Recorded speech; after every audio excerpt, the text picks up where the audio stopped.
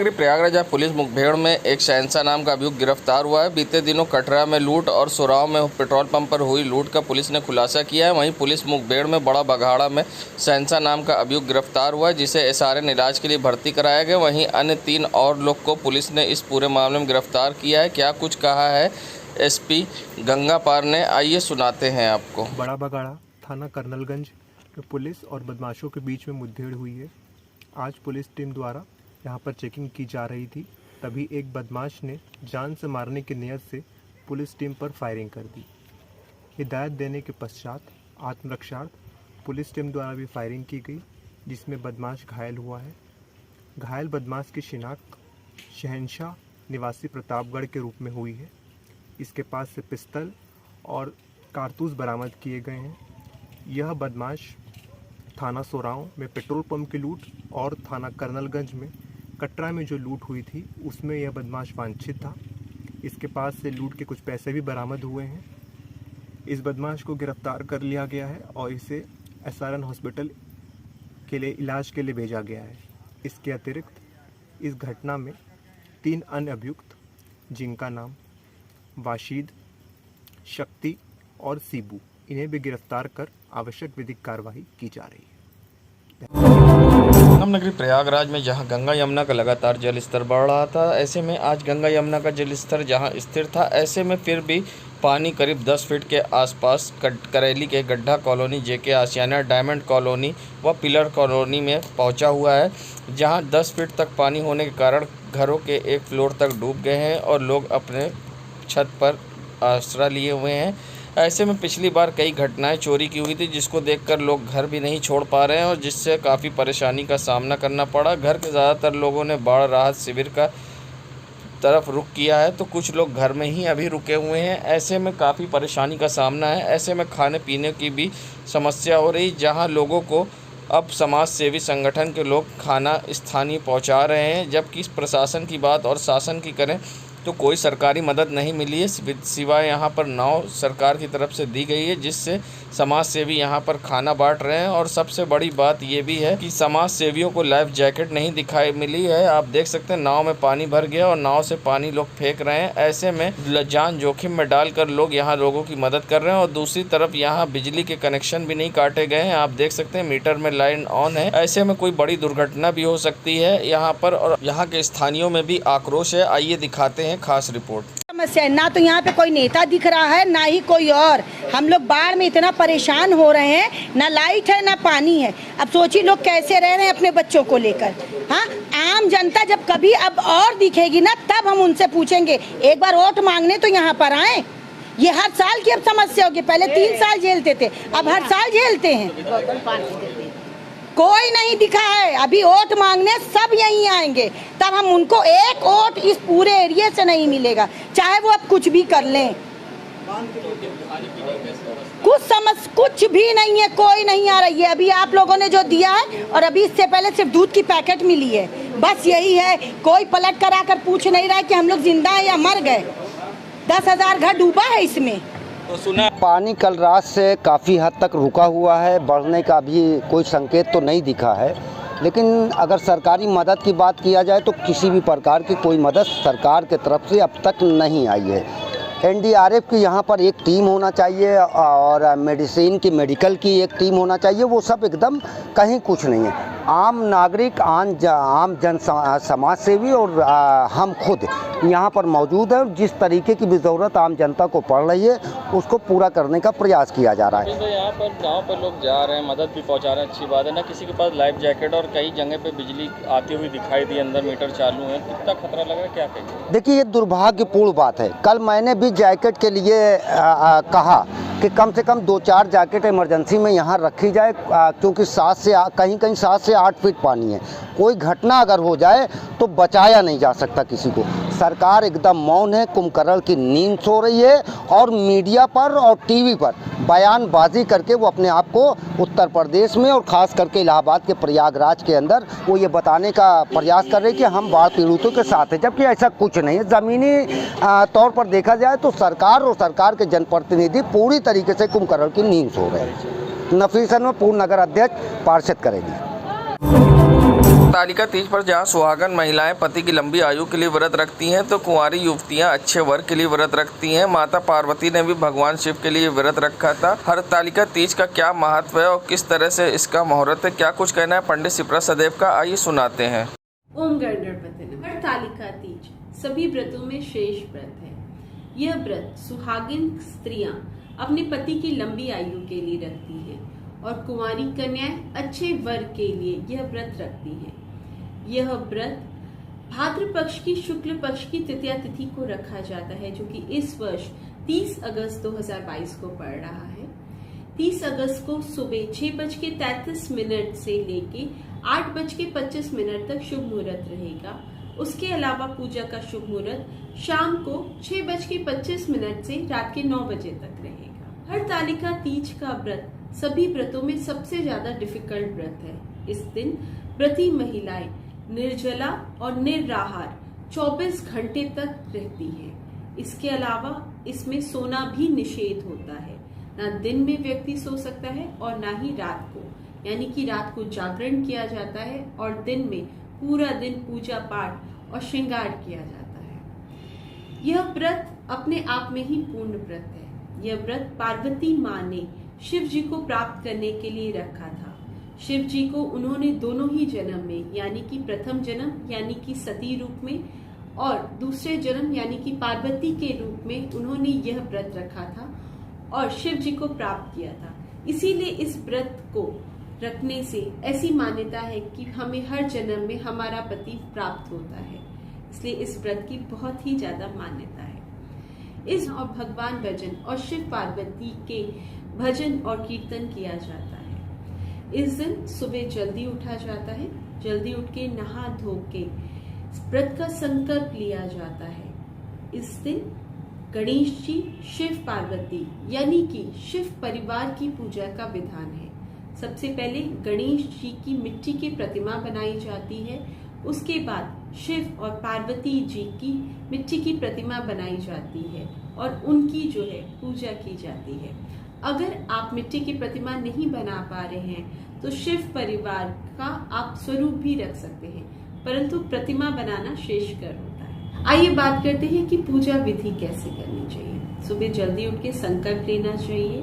दिन में 16 श्रृंगार करने चाहिए। उसके बाद शुभ मुहूर्त में पूजा करनी चाहिए। पूजा के लिए सबसे पहले पटरे पे लाल कपड़ा बिछाना चाहिए। उसमें शिव परिवार का स्वरूप रखना चाहिए। सबसे पहले गणेश जी का ध्यान करना चाहिए, गणेश जी का आवाहन करना चाहिए। उसके बाद शिव पार्वती का ध्यान और पूजन करना चाहिए। पीले वस्त्र चढ़ाने चाहिए, लाल वस्त्र चढ़ाने चाहिए, धतूरा चढ़ाना चाहिए, इत्र चढ़ाना, माँ को इत्र चढ़ता है, इत्र चढ़ाना चाहिए। केले का, इसमें केले के जो पत्ते होते हैं उससे मंडप भी सजाया जाता है। इसके बाद रोली, गंध, सिंदूर, अक्षत, धतुरा, बेलपत्र, ये दुर्वा घास सब भगवान को चढ़ानी चाहिए और अपने पति की लंबी आयु, सुख, सौहार्द सबका आवाहन करना चाहिए, सबका ध्यान करना चाहिए और माँ और पिता यानी कि शिव जी से आशीर्वाद प्राप्त करना चाहिए कि उनकी जोड़ी के जैसे हमारी भी जोड़ी यानी कि जो व्रती महिलाएं हैं उनकी भी जोड़ी वैसी ही बनी रहे। यह व्रत सभी व्रतों में श्रेष्ठ व्रत है।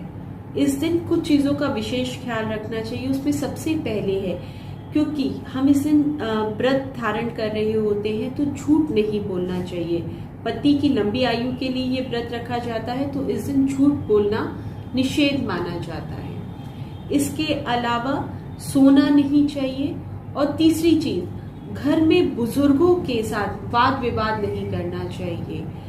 प्यार से बोलना चाहिए, परेशान नहीं होना चाहिए, क्योंकि व्रती महिलाएं बहुत लंबे ड्यूरेशन तक व्रत रख रही होती हैं तो थोड़ी सी चिड़चिड़ाहट या परेशानी आती है, परंतु आपको चिड़चिड़ाहट नहीं लानी चाहिए और मीठा बोलना चाहिए और बुजुर्गों का आशीर्वाद लेना होता है, उनके साथ वाद विवाद नहीं करना होता चाहिए। व्रत का आशीर्वाद, शिव पार्वती जी का आशीर्वाद सब पे बरसे। इन्हीं शुभकामनाओं के साथ मैं पंडित शिप्रा सदैव आपसे विदा लेती हूँ। ओम नमः शिवाय। शिव जी सदा सहाय। जय माता। संगम नगरी प्रयागराज, जहां आप देख सकते हैं एक वीडियो सोशल मीडिया पर तेज़ी से वायरल हो रहा है, जहां नाव पर अंगीठी जलाकर चिकन पार्टी करते दिखाई दिए लोग और साथ में हुक्का जल रहा है। यहां कई युवक नाव पर बैठे हैं और जहां गंगा यमुना की बीच धारा में एंजॉय करते दिखाई दिए। जहां बाढ़ से एक तरफ लोग परेशान हैं और लोगों को खाने पीने की किल्लत हो रही है, तो ऐसे कुछ लोग ऐसे भी हैं जो बाढ़ क्षेत्र में नाव पर चिकन पार्टी करते दिखाई दिए। अब सोशल मीडिया पर यह वीडियो वायरल हो रहा है। साथ ही कुछ लोग का कहना है कि ये लोग गंगा यमुना के बीच चिकन पार्टी करके गंगा यमुना को दूषित कर रहे हैं। मगर सोशल मीडिया पर अब ये वीडियो तेज़ी से वायरल हो रहा है, जहां कुछ युवक नाव पर बैठकर हुक्का पार्टी करते दिखाई दे रहे हैं। ये नज़ारा है दारागंज क्षेत्र का, जहां ये वीडियो दारागंज क्षेत्र का बताया जा रहा है, जहां दारागंज क्षेत्र में नाव पर बैठकर कुछ लोग चिकन पार्टी करते दिखाई दिए, जिसका वीडियो सोशल मीडिया पर तेज़ी से वायरल हो रहा है। अब देखना है इन पर किस तरह की कार्रवाई होगी या इसी तरह से चिकन पार्टी होती रहेगी। संगम नगरी प्रयागराज देश के राष्ट्रीय खेल हॉकी के जादूगर कहलाए जाने वाले मेजर ध्यानचंद का आज जन्मदिन है। इनका जन्म 29 अगस्त 1905 में इलाहाबाद, जो कि अब प्रयागराज है, उसमें हुआ था। खेल की दुनिया में इन्हें दद्दा कहकर लोग पुकारते हैं। इनके जन्मदिन को राष्ट्रीय खेल दिवस के तौर पर मनाया जाता है। ऐसे में जहां हॉकी को अब खेल को बढ़ावा नहीं मिल रहा और कहीं ना कहीं ये खेल विलुप्त होता जा रहा है, और ऐसे में इनको भारत रत्न देने की भी मांग उठी थी। ऐसे में ना मिलने से किस तरह से हॉकी प्रेमी निराश हैं और क्या कहना है खिलाड़ियों का, आइए सुनाते हैं आप। जन्म हुआ था इलाहाबाद में और उन्होंने खेल में हॉकी को बहुत आगे तक लिया। उनके पास सारे अवार्ड थे और उनके लिए भारत रत्न की भी मांग उठी, आज तक नहीं मिला। क्या हॉकी का इसका अस्तित्व रह गया? कितनी सरकार से मदद मिलती है? आप प्लेयर भी हैं और टीम भी, कोच भी, यहाँ आप लोग ट्रेनिंग देते हैं बच्चों को, क्या कहिए? देखिए, सरकार से मेरा सबसे पहले तो जो मदद की बात आपने कहा है, तो मेरा सबसे बड़ा अनुरोध ये है कि जो सरकार जो मदद करती है वो हॉस्टल वगैरह को दी जाती है। जो बेसिक चीज़ें होती हैं कि जो डिस्ट्रिक्ट लेवल पे, गांव लेवल पे हॉकी खिलाड़ी को कोई भी मदद नहीं मिलती। जैसे डिस्ट्रिक्ट लेवल में तमाम जगह पे कोचिंग वगैरह चल रही है, एकेडमी चल रही है, तो जो लोग भी एकेडमी चला रहे हैं तो वो समाज सेवी टाइप के लोग हैं। वो अपनी समाज सेवा के भाव से, या कोई सीनियर खिलाड़ी है, पूर्व हॉकी खिलाड़ी है, तो वो अपने पैसे से चला रहा। वहाँ पे किसी भी क्या कहते हैं सरकार से कोई मदद नहीं मिलती।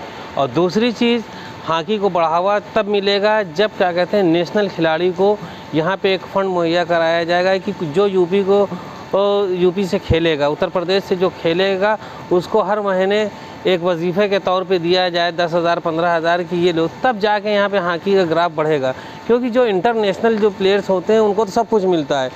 130 करोड़ की आबादी में सिर्फ 18 ही लड़के क्या कहते हैं इंटरनेशनल टीम में जाएंगे। बाकी जितने खिलाड़ी हैं ये सारे स्टेट में, सारी डिस्ट्रिक्ट में, तो वो क्या कहते हैं खिलाड़ी बेचारे क्या कहते हैं महरूम हो जाते हैं। और मैं उत्तर प्रदेश जैसा इतना बड़ा स्टेट, मैं आपको एग्जांपल देना चाहता हूँ, क्या कहते हैं महाराष्ट्र की। महाराष्ट्र के नाम पे 3 टीमें बनती है, एक बॉम्बे से बनती है, एक महाराष्ट्र के नाम से बनती है, एक पूना बनती है, 3 टीमें बनती है। और हमारा उत्तर प्रदेश जो 80 लोकसभा सीट है यहाँ पे, और यहाँ पे सिर्फ एक टीम बनती है। तो मेरा सरकार से अनुरोध है कम से कम इतने बड़े स्टेट में कम से कम 3 टीम बने, तो जिसमें कम से कम 16-48 बच्चे एक साल में नेशनल खेलें और जिनको तमाम नौकरियाँ मिले। ध्यानचंद जी इलाहाबाद से थे, हर तरह से उन्होंने खेल को बढ़ावा दिया, क्या कहेंगे उनके बारे में? देखिए, ध्यानचंद जी आज पूरी दुनिया में उनको हॉकी का जादूगर कहा जाता है। एक उनका बड़ा मशहूर वाक़या है, इंग्लैंड में आप खेल रहे थे, इन्होंने एक शॉट गोल में मारी और वो गोल पोस्ट के बाहर चली गई। तो जब फर्स्ट हाफ ख़त्म हुआ तो उनसे पूछा गया कि आपको तो हॉकी का जादूगर कहा जाता है और आपने गेंद गोल पोस्ट में मारी और वो बाहर चली गई। तो उन्होंने बताया कि ये 3 इंची पोल छोटा है। तो उसी टाइम क्या कहते हैं उस पोल को नापा गया और वाकई वो 3 इंची पोल वो छोटा था और उतनी ही गैप में ये बॉल गई थी। ये बहुत बड़ी चीज़ है, हर आदमी इन सब चीज़ों को नाप नहीं सकता, समझ नहीं सकता। और इलाहाबाद का तो वो गौरव है। और बड़ी दुर्भाग्य की बात है कि अभी तक इलाहाबाद में एक भी एस्ट्रोटर्फ नहीं निकली। यहाँ से इतने ओलंपियन निकल गए। दानिश मुश्ताबा जो कि 2 बार के Olympian, 2 champions trophy, world cup, Commonwealth game सब कुछ खेला। आज बड़ी दुर्भाग्य की बात है कि एक इतना बड़ा खिलाड़ी, उसके नाम से इस शहर में कोई चौराहा नहीं है, कोई रोड नहीं है। हॉकी खिलाड़ी का इससे बड़ा दुर्भाग्य क्या चाहते हैं? ध्यानचंद जी के लिए भारत रत्न की हमेशा मांग होती है। देखिए, पिछले 15 साल से हम लोग इस मांग को मांग रहे हैं कि दादा ध्यानचंद को भारत रत्न दिया जाए, लेकिन ये दुर्भाग्य की बात है। मैं किसी गेम की बुराई नहीं करना चाहता, लेकिन आज जो दर्द है एक हॉकी खिलाड़ी होने का हमको, तो ये दर्द है कि जो क्रिकेट ओलंपिक में नहीं है, जो ओलंपिक में क्रिकेट नहीं है, उन खिलाड़ियों को आज भारत रत्न मिल चुका है। ठीक है, सचिन तेंदुलकर जी बहुत बड़े खिलाड़ी हैं, लेकिन दादा ध्यानचंद ने गोल्ड दिया है हिंदुस्तान को, उस वक्त में दिया है जब उनके पैरों में जूते नहीं हुआ करते थे। हिंदुस्तान के लोगों खिलाड़ियों के पैर में जूते नहीं हुए थे, तब उन्होंने गोल्ड ला के दिया है, और 9 गोल्ड ला के दिया है हिंदुस्तान को। मैं मोहम्मद शाहिद कमाल खान, राष्ट्रीय हॉकी खिलाड़ी, शगुन स्पोर्ट्स एकेडमी का डायरेक्टर। जी देखिए, ध्यानचंद जी को जो भारत रत्न का अवार्ड नहीं मिला, उससे तो हम बहुत ही निराश हैं, क्योंकि वो हॉकी के जादूगर कहलाते थे। और हॉकी की जो आप बात कर रहे हैं कि आप कहाँ से जानते हो, तो मैंने तो हॉकी की शुरुआत जो देखी वो अपने मामू मिस्टर शाहिद कमाल जी से देखी है, क्योंकि बचपन से उन्होंने हॉकी को यहाँ पे जो इलाहाबाद में करवाया, और मेरे घर के लोग भी हॉकी करते हैं। तो स्पेशली मैं खुद ही स्पोर्ट्स से जुड़ा हुआ हूँ। मैं भी इंटरनेशनल जूडो प्लेयर हूँ, और योगा में भी अंतर्राष्ट्रीय स्तर पर खेला हुआ है। अभी हाल ही में मैंने एक दिन पहले ही नेशनल, जो गुजरात में नेशनल स्पोर्ट्स चैम्पियनशिप होने वाली है, उसके लिए क्वालिफाई भी किया हुआ योगा में। तो अब जैसे कि आज नेशनल स्पोर्ट डे है, तो हमने सेलिब्रेट भी किया national sport day morning time में मदर मोहन मालवीय स्टेडियम में। तो मैं स्पोर्ट डे में यही कहना चाहता हूँ कि आज के इस टाइम पे लोगों को स्पोर्ट्स में आगे बढ़ चढ़कर हिस्सा लेना चाहिए, जो हमारे पूर्वज थे जिन्होंने इतना काम किया स्पोर्ट्स में। ठीक है, तो स्पोर्ट्स हमारे जीवन के लिए बहुत ही अच्छी चीज़ है। एक तो फिटनेस तो होता ही है, और हॉकी में तो मेरा कहना है कि पीछे तो नहीं हो रहा है। हॉकी में इंडिया धीरे धीरे प्रोग्रेस कर रही है, और यहाँ पर लोगों को फैसिलिटीज़ भी दी जा रही है हॉकी में। बस कहीं ना कहीं कमी ये आ रही है कि जो गवर्नमेंट का थोड़ा बहुत सपोर्ट होता है, वो सपोर्ट नहीं मिल पा रहा हमारे खिलाड़ियों को, जिसकी वजह से हॉकी में लोगों को दिक्कतें आ रही बच्चों को खेलने के लिए। मेरा नाम है मोहम्मद अनस खान, अंतर्राष्ट्रीय योगा प्लेयर, इलाहाबाद। और ध्यानचंद जी को भारत रत्न देने की मांग उठी और आज तक नहीं मिला, क्या कहेंगे? देखिए, ध्यानचंद जी को आज तक भारत रत्न जो नहीं मिला है, उससे हॉकी खिलाड़ियों में बहुत निराशा है। उनको मिलना चाहिए था, क्योंकि वो डिज़र्विंग हैं, क्योंकि उन्होंने अंतर्राष्ट्रीय स्तर पर भारत का काफ़ी नाम रोशन किया है। पूरे विश्व में उनको प्रसिद्धि मिली है हॉकी की, तो अपने भारत की सरकार को चाहिए कि उनको भारत रत्न देना चाहिए। हॉकी को किस तरह से मदद मिलनी चाहिए, किस तरह से खेल को बढ़ावा मिलना चाहिए? देखिए, उसके लिए गवर्नमेंट को कुछ एफर्ट करना रहेगा कि खिलाड़ियों की किस तरीके से मदद की जाए, किस तरीके का उनको कोचिंग उपलब्ध कराई जाए, उनको खेल का माहौल किस तरीके का बनाया जाए। जब उनको खेल का माहौल बनेगा तभी वो आगे खेल सकेंगे। मेरा नाम रियाज अहमद, नेशनल हॉकी प्लेयर।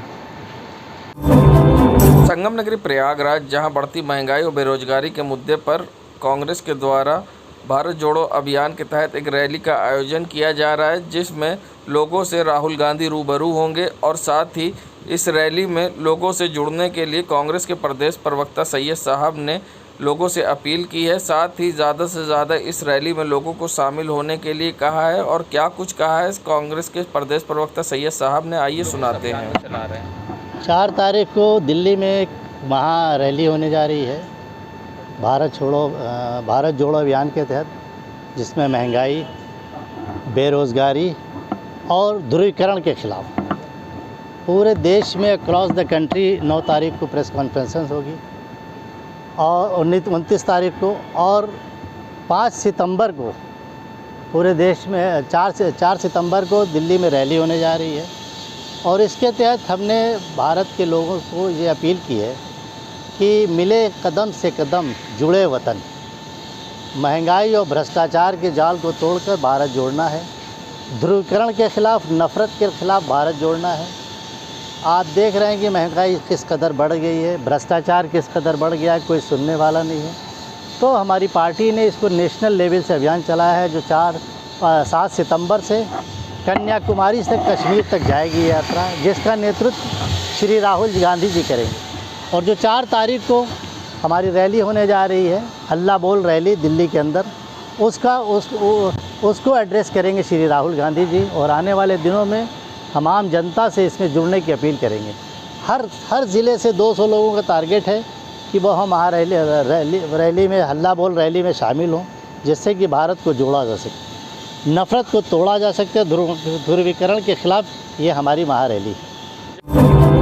संगम नगरी प्रयागराज सुहागिन महिलाओं के लिए हरतालिका तीज का विशेष महत्व होता है। इस बार 30 अगस्त को हरतालिका तीज मनाई जा रही है। महिलाओं इस दिन व्रत रखकर पति की लंबी आयु और वैवाहिक जीवन की खुशहाली के लिए कामना करती। वहीं हरतालिका तीज को लेकर शहर के गांव और बाजारों में रौनक बढ़ गई है। महिलाएं 16 श्रृंगार कर अपने पति की दीर्घायु होने के लिए व्रत रखकर माँ गौरी की विधि विधान के साथ पूजा अर्चना करती हैं और पति की लंबी उम्र और वैवाहिक जीवन में खुशहाली की कामना करती हैं। वहीं तीज के एक दिन पहले सोमवार को प्रयागराज के बाजारों महिलाओं ने जमकर खरीदारी की और वह मेहंदी लगवाई। इस बार मेहंदी की तो अपने श्रृंगार में महिलाओं ने मेहंदी के लिए अवश्य रूप शामिल करती हैं। वैसे शुभ काम में मेहंदी लगाने की परंपरा है। कई फेस्टिवल महिलाएं मेहंदी के हाथों को सजाती हैं, लेकिन हरतालिका तीज पर इसे विशेष ही मात्र इस दिन हाथों में मेहंदी लगाना बेहद शुभ माना जाता है। मेहंदी सुहाग की निशानी भी मानी जाती है। यही कारण है इस दिन महिलाएं हाथों में मेहंदी लगवाती। वहीं बाजारों में आज मेहंदी लगवाने के लिए अच्छी खासी महिलाओं की भीड़ दिखी। स्त्रियों के लिए सब व्रत रहते हैं, उसके लिए आज